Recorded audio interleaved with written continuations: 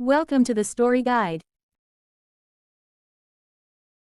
Manjushri, known in Tibet as *Jampelyong, is the ultimate personification of transcendent wisdom prajna in Mahayana and Vajrayana Buddhism.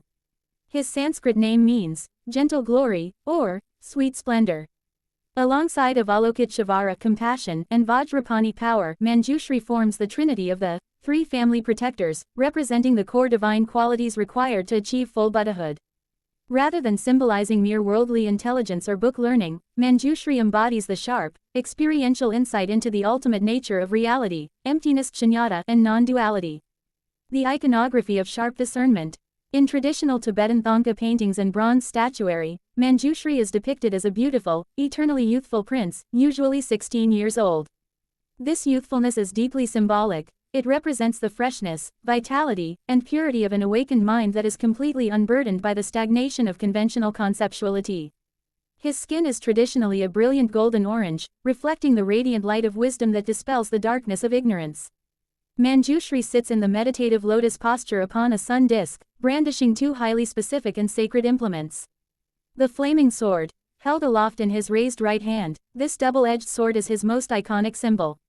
It is wrapped in tongues of fire, representing the dynamic power of analytical insight. Manjushri uses this weapon to decisively sever the root of human suffering, ignorance, delusion, and the tangled knots of dualistic ego clinging. The double edge cuts both ways, slicing through both objective illusions and subjective emotional neuroses. The blue Utpala lotus, graced near his left shoulder, he holds the stem of a blue lotus blossom. Resting perfectly on top of the petals is a sacred text, the Prajnaparamita Sutra, the perfection of wisdom.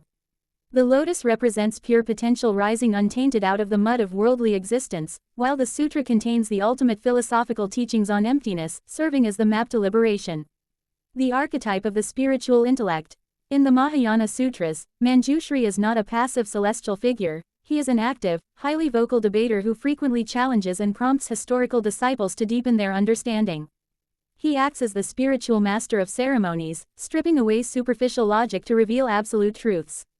In Vajrayana Buddhism, advanced practices merge the practitioner with Manjushri's mind to dissolve intellectual pride and replace it with direct realization. For centuries, monastics, scholars, and young children in Tibet have begun their daily studies by reciting Manjushri's root mantra to sharpen their memory, enhance critical thinking, and cultivate eloquence. Om Ra Pa Tsa Na Di. The final syllable, D, is chanted repeatedly on a single breath, visualizing the syllable dissolving into a golden light that merges with the tongue. Ultimately, Manjushri teaches that wisdom is not a cold, intellectual exercise. In the Buddhist view, true wisdom is inherently warm and inseparable from compassion. By clearing away the fog of delusion, Manjushri leaves behind a mind that is bright, spacious, and completely free to serve all living beings.